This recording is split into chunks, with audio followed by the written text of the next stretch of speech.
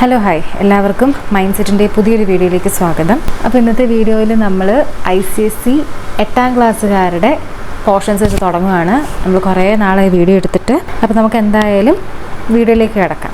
അപ്പോൾ നമ്മൾ സ്റ്റാർട്ട് ചെയ്യാൻ പോകുന്നത് ICSE ക്ലാസ് 8ൻ്റെ ചാപ്റ്റർ 7 ആണ്. പേഴ്സൻ്റ് ആൻഡ് പേഴ്സൻറ്റേജ് എന്ന് പറഞ്ഞ ചാപ്റ്റർ വെച്ചാണ് നമ്മൾ തുടങ്ങുന്നത്. അപ്പോൾ നമ്മൾ വീഡിയോയിലേക്ക് കടക്കുന്നതിന് മുമ്പായിട്ട് 8ാം ക്ലാസ്സുകാരുടെ മാത്സ് എന്ന് പറയുന്നത് ബേസിക് മാത്സ് ആണ്. അതായത് നമുക്ക് നിത്യം ഡെയിലി ലൈഫിൽ നമുക്ക് വേണ്ടുന്ന മാത്സ് ആണ്. നിങ്ങൾ എന്ത് ജോലിക്ക് പോയാലും നിങ്ങൾ മാത്സ് ഹയർ സ്റ്റഡീസിന് എടുത്തില്ലെങ്കിൽ കൂടെ നമുക്ക് ആവശ്യം വരുന്നത്. ഇപ്പോൾ പേഴ്സൻ്റ് ആൻഡ് പെർസെൻറ്റേജ് സിമ്പിളായിട്ട് മാർക്ക് നമ്മൾ പെർസെൻറ്റേജ് പറയണമെങ്കിൽ പോലും നമുക്കത് അറിഞ്ഞിരിക്കണം അല്ലേ. അപ്പോൾ അങ്ങനെ നമുക്ക് ആവശ്യമുള്ള സാധനമാണിത്. അപ്പോൾ നമുക്ക് ഡയറക്റ്റ് വീഡിയോയിലേക്ക് കിടക്കാം. അപ്പോൾ നമ്മുടെ ചാപ്റ്റർ എന്ന് പറയുന്നത് പേഴ്സൻ്റ് ആൻഡ് പെർസെൻറ്റേജ് ആണ്. ചാപ്റ്റർ നമ്പർ 7 ആണ്. അപ്പോൾ നമുക്ക് ആദ്യം തന്നെ പേഴ്സൻ്റ് എന്താണെന്ന് നോക്കാം അല്ലേ. അപ്പം ഞാൻ എഴുതുവാണ് ഇവിടെ. പേഴ്സൻ്റ് എന്ന് പറഞ്ഞാൽ എന്താണ്? പേഴ്സൻ്റ് എന്ന് പറഞ്ഞാൽ വാക്കിനെ നമുക്ക് രണ്ടായിട്ട് തിരിക്കാം.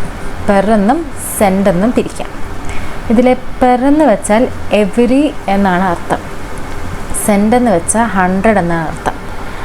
അതായത് എവരി 100, അതായത് നമുക്ക് കിട്ടുന്ന ക്വാണ്ടിറ്റീനെ 100ൽ എത്ര എന്ന് കാണിക്കുന്നതാണ് പേഴ്സൻ്റ് എന്ന് പറഞ്ഞ വാക്കിൻ്റെ അർത്ഥം. ആ ടെർമിനോളജി എന്ന് ഉദ്ദേശിക്കുന്നത് we are expressing the quantity in terms of 100ലേക്ക് മാറ്റിയിട്ട് 100ൽ എത്ര ശതമാനം എന്ന് നമ്മൾ മാറ്റുകയാണ് അല്ലേ. ഇപ്പോൾ ഒരാൾക്ക് 20ൽ 10 കിട്ടിയതെങ്കിൽ 100ൽ വെക്കുമ്പോൾ എത്ര ശതമാനം മാർക്ക് അയാൾക്ക് കിട്ടി എന്ന് കാണിക്കാനാണ് പേഴ്സൻറ്റ്. നമ്മൾ 100ലേക്ക് മാറ്റുകയാണ് നമുക്ക് നമ്മുടെ കയ്യിലുള്ള ക്വാണ്ടിറ്റീനെ.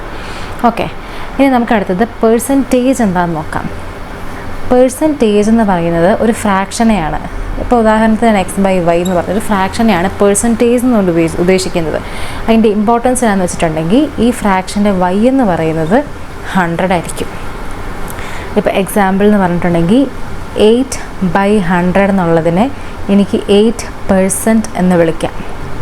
ഓക്കെ, ഇപ്പോൾ പേഴ്സൻറ്റും പേഴ്സൻറ്റേജും തമ്മിലുള്ള വ്യത്യാസം മനസ്സിലായല്ലോ. പേഴ്സൻ്റ് എന്ന് പറഞ്ഞിട്ടുണ്ടെങ്കിൽ എവരി 100, ആ പേഴ്സൻറ്റും നമ്മൾ പറഞ്ഞിട്ടുണ്ടെങ്കിൽ, അതായത് ഇപ്പോൾ ഞാൻ 8% എന്ന് പറഞ്ഞിട്ടുണ്ടെങ്കിൽ അതിൻ്റെ അർത്ഥം 100ൽ 8 കണ്ടോ, 8/100 എന്നാണ് ഉദ്ദേശിക്കുന്നത്. അതുപോലെ പേഴ്സൻറ്റേജ് എന്ന് ഉദ്ദേശിക്കുന്ന ഒരു ഫ്രാക്ഷനെയാണ്. ആ ഫ്രാക്ഷൻ്റെ ഡിനോമിനേറ്റർ എപ്പോഴും 100 ആയിരിക്കും. ഇതാണ് നമ്മുടെ ബേസിക് അണ്ടർസ്റ്റാൻഡിങ് കേട്ടോ. നമുക്കിനി ഇതിൻ്റെ ഫർദർ എക്സ്പ്ലനേഷനിലേക്ക് പോകാം. ഇനി നമ്മൾ അടുത്ത് നോക്കാൻ പോകുന്നത് ഒരു ക്വാണ്ടിറ്റിയുടെ പേഴ്സൻറ്റ് കണ്ടുപിടിക്കാൻ ഉപയോഗിക്കാൻ പറ്റിയൊരു ഫോർമുല.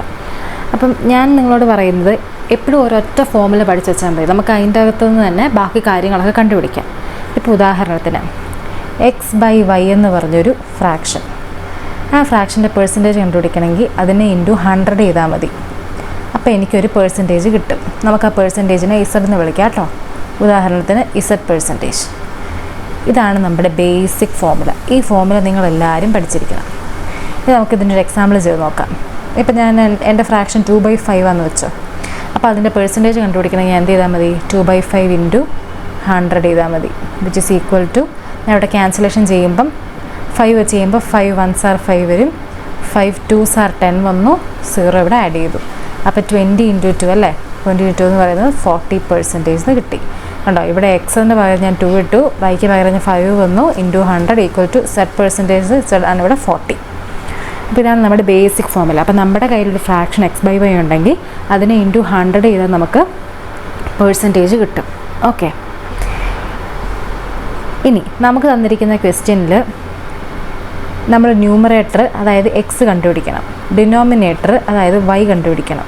എന്നിട്ട് ഇതിനെ നമ്മൾ ഫ്രാക്ഷനാക്കി എഴുതി ഇൻറ്റു 100 ചെയ്യുമ്പോഴാണ് നമുക്ക് ഈ പേഴ്സൻറ്റേജ് കിട്ടുന്നത്. അങ്ങനെയായിരിക്കും നമ്മുടെ വേർഡ് പ്രോബ്ലം ഒക്കെ വരുന്നത്. അപ്പോൾ നമുക്ക് എന്ത് പ്രോബ്ലം കിട്ടിയാലും അതിൽ എക്സും വൈയും കണ്ടുപിടിക്കുക, എന്നിട്ട് ഇൻറ്റു 100 റിസൾട്ട് കണ്ടുപിടിക്കുന്ന വഴി നമുക്ക് പേഴ്സൻറ്റേജ് കിട്ടും. അപ്പോൾ ഇതാണ് നമ്മുടെ ബേസിക് ഫോർമുല. ഇനി അടുത്ത ഒരു പാറ്റേൺ ഓഫ് ക്വസ്റ്റ്യൻ എന്ന് പറയുന്നത് എങ്ങനെയാണ്? നമ്മളോട് പേഴ്സൻറ്റേജ് നമ്മുടെ കയ്യിൽ തരും, എന്നിട്ട് നമ്മളോട് ഒറിജിനൽ ഫ്രാക്ഷൻ എന്താണെന്ന് ചോദിക്കും. അതായത് നമ്മളോട് പറയും Z% ആണ്, അങ്ങനെയാണെങ്കിൽ ഇതിൻ്റെ ഫ്രാക്ഷൻ അതായത് x/y കണ്ടുപിടിക്കാൻ പറയും. അപ്പോൾ നമ്മൾ എന്ത് ചെയ്യണം? നമ്മൾ പുതിയ ഫോർമുല ഒന്നും അവിടെ ഉപയോഗിക്കുന്നില്ല. നമ്മൾ ഇതേ ഫോർമുല തന്നെ എഴുതുക കേട്ടോ. x/y into 100 equal to Z% ആണെന്ന് നമുക്കറിയാം. ഇനി ഇത് നമ്മുടെ കയ്യിലില്ല. ഓക്കെ, ഇവിടെ ക്വസ്റ്റ്യൻ മാർക്കാണ്. അങ്ങനെയാണെങ്കിൽ ഇത് നിങ്ങൾ എങ്ങനെയാണ് കണ്ടുപിടിക്കുന്നത്? അത് കണ്ടുപിടിക്കാൻ എന്ത് ചെയ്താൽ മതി? ഈ 100നെ ഇപ്പുറത്തോട്ട് ഇട്ടാൽ പോരെ. അതായത് Z% ഡിവൈഡഡ് ബൈ 100 ചെയ്താൽ നമുക്ക് ഈ x/y കിട്ടും. കണ്ടോ, ഈ ഒരൊറ്റ ഫോർമുല പഠിച്ചു വെച്ചാൽ നിങ്ങൾക്കിതിൽ എന്താണോ നിങ്ങൾക്ക് ആവശ്യം അത് നിങ്ങൾ അതിൽ അവിടെ ക്വസ്റ്റ്യൻ മാർക്ക് ഇട്ട് ബാക്കി എല്ലാവരും ഇപ്പുറത്തോട്ട് മാറ്റിയാൽ നിങ്ങൾക്ക് അതിൻ്റെ ഉത്തരം കിട്ടും. ഇതിനായിട്ട് പ്രത്യേക ഫോമുലയൊന്നും പഠിക്കണ്ട. ഇപ്പോൾ ഉദാഹരണം നമ്മൾ മുമ്പേ എടുത്തത് 2/5 × 100 = 40% അല്ലേ നമുക്ക് മുമ്പേ കിട്ടിയത്. ഇനി നമുക്ക് കിട്ടിയ ക്വസ്റ്റ്യൻ 40% ആയിരുന്നു. നമ്മളോട് അതിൻ്റെ ഫ്രാക്ഷൻ എത്രയാണെന്നാണ് ചോദിക്കുന്നതെങ്കിൽ നമ്മൾ എന്ത് ചെയ്യും? ഇവിടെ നമുക്ക് ഇത് ഇത്ര എന്ന് അറിയത്തില്ല. അങ്ങനെയാണ് നമ്മൾ ഈ 100നെ അപ്പുറത്തോട്ട് ഇട്ടാൽ മതി. ഇവിടെ മൾട്ടിപ്ലിക്കേഷൻ ആയതുകൊണ്ട് അപ്പുറത്തോട്ട് പോകുമ്പോൾ ഡിവിഷൻ ആവും. അപ്പോൾ 40 / 100 എന്ന് വരും. ഈ 0യും ക്യാൻസലായി. 4നെയും 10 എനിക്ക് 2 കൊണ്ട് ഡിവൈഡ് ചെയ്യാം. അപ്പോൾ 2 2s are 4, 2 5s are 10. എനിക്ക് 2/5 എന്ന് ഉത്തരം കിട്ടിയത് കണ്ടോ. ഈ 2 മോഡൽ ക്വസ്റ്റ്യനാണ് മെയിനായിട്ടും പെർസെൻറ്റേജ് വരുന്നത്. ഓക്കെ, ഇതാണ് നമ്മുടെ അടുത്ത ബേസിക് കോൺസെപ്റ്റ്. ഇത് മനസ്സിലാക്കിയിരിക്കുക. അപ്പം പെർസെൻറ്റേജും എന്താണെന്നും അതിൻ്റെ വ്യത്യാസം എന്താണെന്ന് നമ്മൾ പഠിച്ചു. ബേസിക് ഫോമുല എന്താണെന്നും അതെങ്ങനെയൊക്കെ നമുക്ക് ഉപയോഗിക്കാൻ നമ്മളിപ്പോൾ നോക്കി. അടുത്തത് നമ്മൾ നോക്കാൻ പോകുന്നത് നമുക്ക് എങ്ങനെയാണ് ക്വസ്റ്റ്യൻ വരുന്നതെന്നാണ്. അപ്പോൾ നമുക്ക് 2 രീതിയിലാണ് ക്വസ്റ്റ്യൻ വരുന്നത്. ഒന്നാമത്തേന്ന് പറയുന്നത് എക്സ് ആസ് % ഓഫ് വൈ.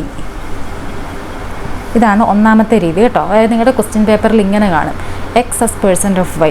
ഇവിടെ എക്സിന് പകരം 2 as % ഓഫ് 5 എന്നോ എന്തെങ്കിലും നമ്പർ, ഏതോ ഒരു നമ്പർ as % ഓഫ് ഇതെന്നും. അടുത്ത രീതി എന്ന് പറയുന്നത് എക്സ് % ഓഫ് വൈ എന്നും. ഈ 2 രീതിയിലായിരിക്കും നിങ്ങൾക്ക് ക്വസ്റ്റ്യൻ മെയിനായിട്ടും കിട്ടാൻ പോകുന്നത്. ഇതിൽ നമ്മൾ എങ്ങനെ ആ ഫോമുലയിലേക്ക് എത്തും എന്നുള്ളതാണ് നമ്മൾ നോക്കാൻ പോകുന്നത്. ഇനി എക്സ് as % ഓഫ് വൈ ഇങ്ങനെ ഒരു ഫോമാറ്റ് ആണെങ്കിൽ % ഓഫ് എന്ന് പറഞ്ഞ സ്റ്റേറ്റ്മെൻറ്റ് കഴിഞ്ഞ്, അതായത് ഈ 2 വാക്ക് കഴിഞ്ഞ് കിടക്കുന്ന നമ്പർ ഏതാണോ അതായിരിക്കും നമ്മുടെ ഡിനോമിനേറ്റർ. അപ്പോൾ as % ഓഫ് എന്തിനെയാണോ % ഓഫിൽ എക്സ്പ്രസ് ചെയ്യാൻ പറഞ്ഞിരിക്കുന്നത് അതായിരിക്കും നമ്മുടെ ന്യൂമറേറ്റർ. × 100 ചെയ്തിട്ടുണ്ടെങ്കിൽ നമുക്ക് പെർസെൻറ്റേജ് കിട്ടും. ഓക്കെ, ഇതാണ് ഇവിടുത്തെ മെയിൻ കോൺസെപ്റ്റ്. as % ഓഫ് കഴിഞ്ഞ് കിടക്കുന്നതാണ് എപ്പോഴും നമ്മുടെ ഡിനോമിനേറ്റർ. ഓക്കെ, ഇനി ഇവിടെ എക്സ് % ഓഫ് വൈ കുറച്ച് മുമ്പ്, ഇതിന് മുമ്പ് നമ്മളൊരു 2 മിനിറ്റ് മുമ്പ് നമ്മൾ പറഞ്ഞായിരുന്നു 8/100 എന്നുള്ളതിന് എനിക്ക് എന്തെന്ന് എഴുതാം? 8% എന്ന് എഴുതാം അല്ലേ. അങ്ങനെയാണെങ്കിൽ x% എന്നുള്ളത്, അതായത് 8% എന്ന് 8/100 ആണെങ്കിൽ x% എന്ന് പറയുന്നത് എന്താ? x/100. അപ്പോൾ y എന്നുള്ളത് × y എന്ന് വരും. ഓക്കെ, ഇവിടെ ഓൾറെഡി പെർസെൻറ്റേജ് ആണ് കിടക്കുന്നത്. അപ്പോൾ നമുക്കിവിടെ കിട്ടുന്ന ഒരു ആൻസർ ആയിരിക്കും. മനസ്സിലായോ? ആ ആൻസർ എന്ന് പറയുന്ന % ആയിരിക്കില്ല. ആ ആൻസർ എന്ന് പറയുന്നത് ന്യൂമറേറ്റർ ആയിരിക്കും. ഇപ്പം നിങ്ങൾക്ക് എളുപ്പമാകാൻ വേണ്ടി ഞാൻ പറയാം, നമ്മൾക്ക് എക്സിന് പകരം നമുക്ക് z ഇട്ട് നോക്കാം. നമ്മൾ അങ്ങനെയാണല്ലോ നമ്മൾ ഫോമുല പഠിച്ച് വെച്ചിരിക്കുന്നത് അല്ലേ. അപ്പോൾ ഞാൻ എക്സിന് പകരം z ആക്കുവാണേ. z% ഓഫ് y എന്നാണെങ്കിൽ z/100 × y എന്ന് വരും. ഇത് നിങ്ങൾ ഈ ഫോമുലയിലേക്ക് നോക്കിക്കേ. ഈ ഫോമുലയിലേക്ക് നോക്കുവാണെങ്കിൽ ഈ ഫോമുലയിൽ നമുക്ക് ഇതിങ്ങോട്ടേക്ക് കൊണ്ടുവരാം. അതായത് z% ഇവിടെ ഉണ്ട്, അത് × y ചെയ്തു. അതായത് ഈ വൈനെ ഇങ്ങോട്ടേക്ക് കൊണ്ടുപോയി. അന്നേരം ഡിവൈഡഡ് × y അല്ലേ, /100 ആയി. അതായത് ഈ 100-നെടുത്ത് ഇങ്ങോട്ടേക്ക് കിട്ടും. അപ്പോൾ ഇവിടെ മിച്ചം നിൽക്കുന്ന ആര് മാത്രമാണ്? എക്സ് മാത്രമല്ലേ. നിങ്ങൾ നോക്കിക്കേ, എക്സിനെ ഇവിടെ തനിച്ചാക്കിയിട്ടുണ്ടെങ്കിൽ ഈ 100 ഇപ്പത്തോട്ട് വരുമ്പോൾ ഡിവൈഡഡ് ആവും, y ഇങ്ങോട്ട് വരുമ്പോൾ × ആവും. അതല്ലേ നമുക്ക് ഇവിടെ കിട്ടിയത്. അത് തന്നെയല്ലേ ഇവിടെ എഴുതിയേക്കുന്നത്. z × y/100 എന്ന് പറയുന്നതാണ് എക്സ്. കണ്ടോ? അതായത് ബേസിക്കലി ഒരൊറ്റ ഫോമിൽ അങ്ങോട്ടും ഇങ്ങോട്ടും അറേഞ്ച് ചെയ്തിട്ടുള്ളതാണ് ഈ % ഒത്തിരി തല പോക്കാനില്ല. നമ്മൾ ജസ്റ്റ് അതിൻ്റെ മെയിൻ ഇങ്ങനത്തെ കുറച്ച് പോയിൻറ്റ്സ് അറിഞ്ഞിരുന്നാൽ മതി.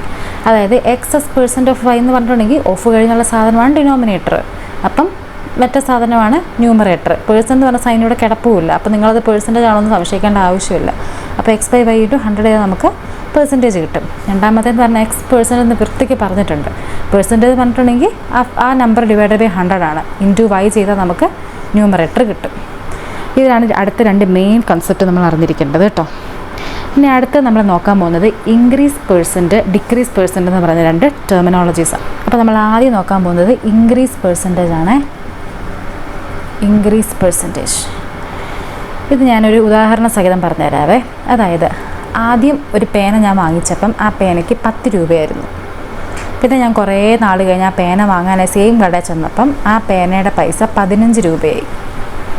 ഓക്കെ, അങ്ങനെയാണെങ്കിൽ ഇൻക്രീസ് % എത്രയാണെന്ന് ചോദ്യം. അതായത് ഇൻക്രീസ് ചെയ്തതിനെ എത്ര % ആക്കി നമുക്ക് പറയാമെന്ന്. ഇൻക്രീസ് % കണ്ടുപിടിക്കണമെങ്കിൽ ആദ്യം ഇൻക്രീസ് എത്രയാണെന്ന് അറിയണം. അതിൻ്റെ ഫോർമുല എന്ന് പറയുന്നത് ആദ്യം ഇൻക്രീസ് എത്രയാണെന്നറിയാം.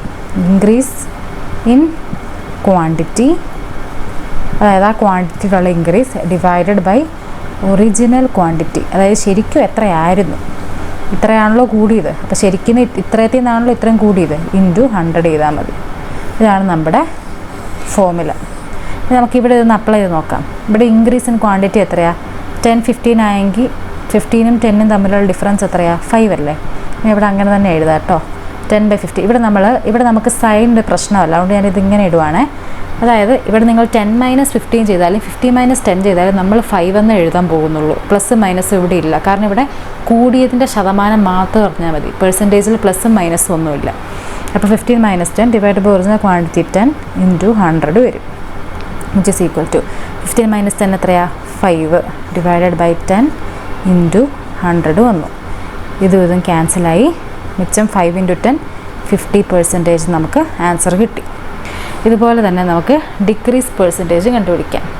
ഡിക്രീസ് പെർസെൻറ്റേജും സെയിം രീതി തന്നെയാണ്. Decrease in quantity divided by original quantity × 100 എന്ന് വരും. അതായത് സെയിം എക്സാമ്പിൾ എടുത്ത് നോക്കുക. ആദ്യം ഒരു പേനയ്ക്ക് 15 രൂപയായിരുന്നു. കുറേ നാൾ കഴിഞ്ഞ് ഞാൻ ആ പേന വാങ്ങിയത് 10 രൂപയായി. അപ്പോൾ അതിൻ്റെ പൈസ കുറഞ്ഞു. എത്ര പെർസെൻറ്റേജാണ് കുറഞ്ഞതെന്ന് നോക്കുകയാണെങ്കിൽ എത്ര ഡിക്രീസായി? 5 ഡിക്രീസായി. കേട്ടോ, ഇവിടെ ഡിക്രീസിന് ഞാൻ മൈനസ് ഒന്നും കൊടുക്കുന്നില്ല. എത്രയാണ് കുറഞ്ഞതെന്ന് മാത്രം എനിക്ക് അറിഞ്ഞാൽ മതി. 5 ആണ്. ഒറിജിനൽ എത്രയായിരുന്നു? 15 ആണ്. × 100 വന്നു. നമ്മൾ സോൾവ് ചെയ്യുമ്പോൾ 5 വെച്ച് ഡിവൈഡ് ആണല്ലോ. 5 1s are 5, 5 3s are 15. അപ്പോൾ 100/3 എന്ന് വരും. അത് നമുക്കൊരു മിക്സഡ് ഫ്രാക്ഷനാണ് കിട്ടുന്നത്. 100/3 ചെയ്യുമ്പം 3 3s are 9, 3 3s are 9. അപ്പം 33 1/3% കിട്ടി. 33 1/3%. ഓക്കെ, അപ്പോൾ ഇത്രയാണ് പേഴ്സൻ്റ് ആൻഡ് പെർസെൻറ്റേജ് എന്ന ചാപ്റ്ററിലെ ബേസിക് കോൺസെപ്റ്റുകൾ. അപ്പോൾ ഇന്നത്തെ വീഡിയോയിൽ നമ്മൾ എന്തൊക്കെയാണ് അറിഞ്ഞത്? പേഴ്സൻ്റ് എന്താണെന്നറിഞ്ഞു, പെർസെൻറ്റേജ് എന്താണെന്നറിഞ്ഞു, ഇത് തമ്മിലുള്ള ഡിഫറൻസ് എന്താണെന്ന് നമ്മൾ അറിഞ്ഞു. അത് കഴിഞ്ഞ് നമ്മൾ ബേസിക് ഫോമുല എന്തൊക്കെയാണ് ഓരോ ടേമെന്ന് നോക്കി ഒറ്റ ഫോമുല വെച്ച് എങ്ങനെ നമുക്ക് പല പല ക്വസ്റ്റ്യൻ ആൻസർ ചെയ്യാമെന്ന് പഠിച്ചു. അത് കഴിഞ്ഞ് നമ്മൾ പല പല സ്റ്റേറ്റ്മെൻറ്റുകളുടെ അർത്ഥം എന്താണെന്ന് നമ്മൾ പഠിച്ചു. ഇതിലേതാണ് എക്സ് ഏതാണ് വൈ എന്ന് കണ്ടുപിടിക്കാൻ നമ്മൾ പഠിച്ചു. അത് കഴിഞ്ഞ് ഏറ്റവും അവസാനം നമ്മൾ ഇൻക്രീസ് പെർസെൻറ്റേജും ഡിക്രീസ് പെർസെൻറ്റേജിൻ്റെയും ഫോമുലയും അതെങ്ങനെയാണ് അതിൻ്റെ ആപ്ലിക്കേഷൻ നമ്മൾ പഠിച്ചു. അപ്പോൾ ഈ വീഡിയോ എല്ലാവർക്കും മനസ്സിലായി എന്ന് വിചാരിക്കുന്നു. നിങ്ങൾക്ക് എന്തെങ്കിലും കൺഫ്യൂഷൻ ഉണ്ടെങ്കിൽ നിങ്ങൾ കമൻറ്റ് ബോക്സിൽ പറയുക. നിങ്ങളുടെ ഡൗട്ട് നമ്മൾ അടുത്ത വീഡിയോയിൽ ക്ലിയർ ചെയ്യുന്നതായിരിക്കും. അതുമാത്രമല്ല, നമ്മുടെ സബ്സ്ക്രൈബേഴ്സായിട്ട് ഇപ്പോൾ ഉള്ളവർ അവർക്കറിയാവുന്ന 8ാം ക്ലാസ്സുകാരുണ്ടെങ്കിൽ ദയവേത് അവർക്കിത് ഷെയർ ചെയ്ത് കൊടുക്കുക. അപ്പം മറ്റൊരു വീഡിയോ ആയിട്ട് കാണുന്നത് വരെ ബൈ.